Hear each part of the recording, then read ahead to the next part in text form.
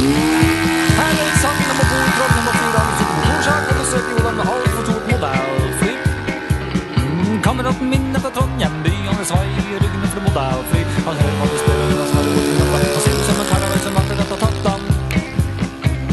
Og like sikkert som det går vår, så kommer han på besøk hvert annet år. For det ene året bruker en modellfly, det andre må reparere garasjen sin og sånt. Og for det måtte si, ikke telefon fra kameraten på nabo.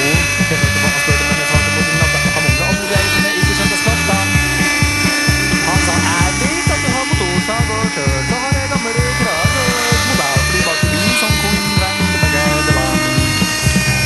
Dagen etter var hagen stille, motorsag og børs i bensin, og begynner et modellfly som er det største jeg hadde sett. Vi gikk en ripsbusken med ving i tippen, og minst 5 kilo fotet til i kortbiten. Dette går til helvete, sa jeg, og jeg fikk rett. Han sa at flyverne skjer og kriger, sa samme faen bare skjer. Nydelig. Det ser ut som en trenger en Rolls-Royce Merlin, og tok den motorsaga mye og går av 4 høring. Og så sier han fast til skjærretien, og så måtte etten propelle for dæven sin, og dammmotoren er fram, og lukker resten skjær, og så visen og ga i snora.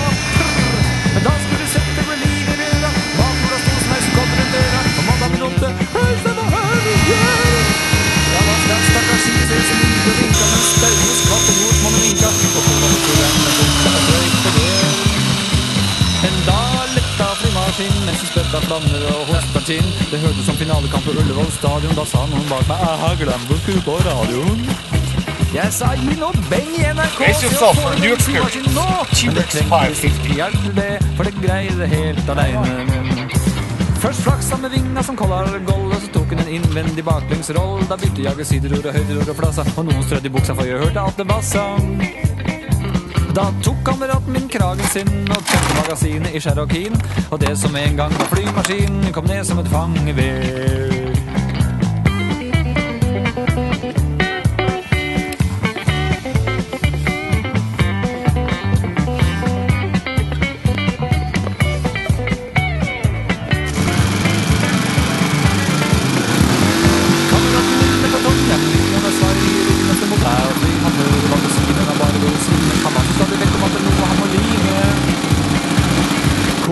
Sagt og steins i solen er det 4. uka ved hvert vårt bord, og ingen av navnene hilser mer, og i morgen kommer takstmann.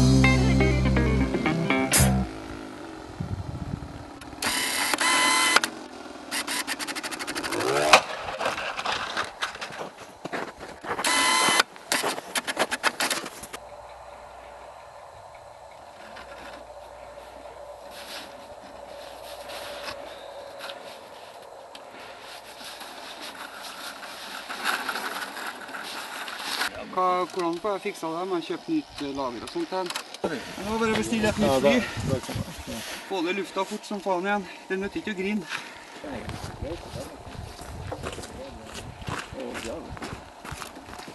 har vært interessant å se når han skulle lande. Når var han landing?